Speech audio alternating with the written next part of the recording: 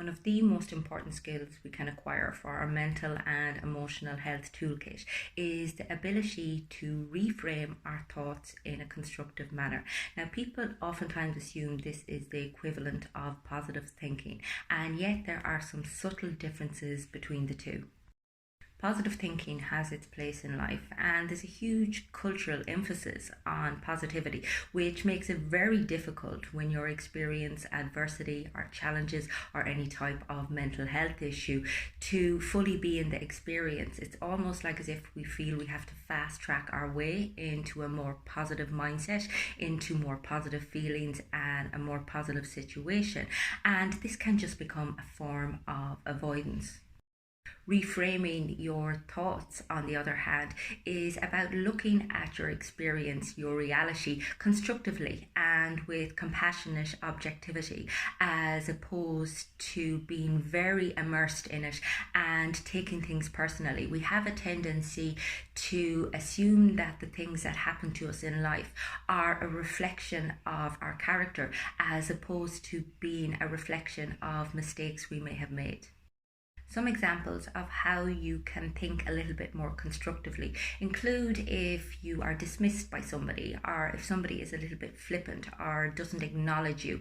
We tend to have this assumption to jump to the conclusion that that person doesn't like us or that we must have done something wrong, as opposed to thinking that they may just be possibly having a bad day and it's not actually anything to do with you. Similarly, when we experience some form of rejection, we have a tendency to jump to the worst case scenario and assume that we are somehow unlovable or unworthy, as opposed to taking a step back and recognizing that perhaps the situation wasn't the optimum one for us. And this doesn't mean that we are avoiding the pain that goes with the rejection. It means that we can fully honor it without layering onto it all of these narratives and assumptions that we have about ourselves. We can also utilize this in the way that we think about other people. We have a tendency to become very defensive, very reactive, very blaming, and to make assumptions about other people, as opposed to giving them the benefit of the doubt. And ultimately, when we're in that defensive place, when we're angry with others, when we are taking everything that they do personally, we are the ones that are angry. We are the ones that end up carrying around the negative emotion, and we are the ones that suffer as a consequence.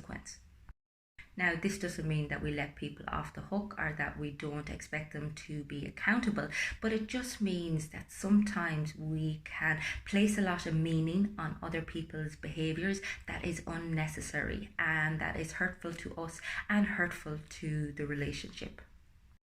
Now, again, like everything else, this is a practice. It's not something that you're going to perfect straight away, but it's just about being able to approach your thinking processes, your stories and your narratives with a little bit more curiosity, kindness and compassion, so that you're not always stuck in the worst case scenario. You're not always stuck in a place of defense, a place of anger and a place of sadness and rejection.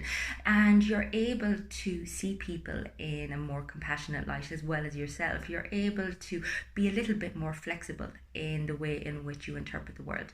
If you would like to develop cognitive skills that will help you frame your world a little bit differently, get in touch with me on the website. It's fundamentals.ie.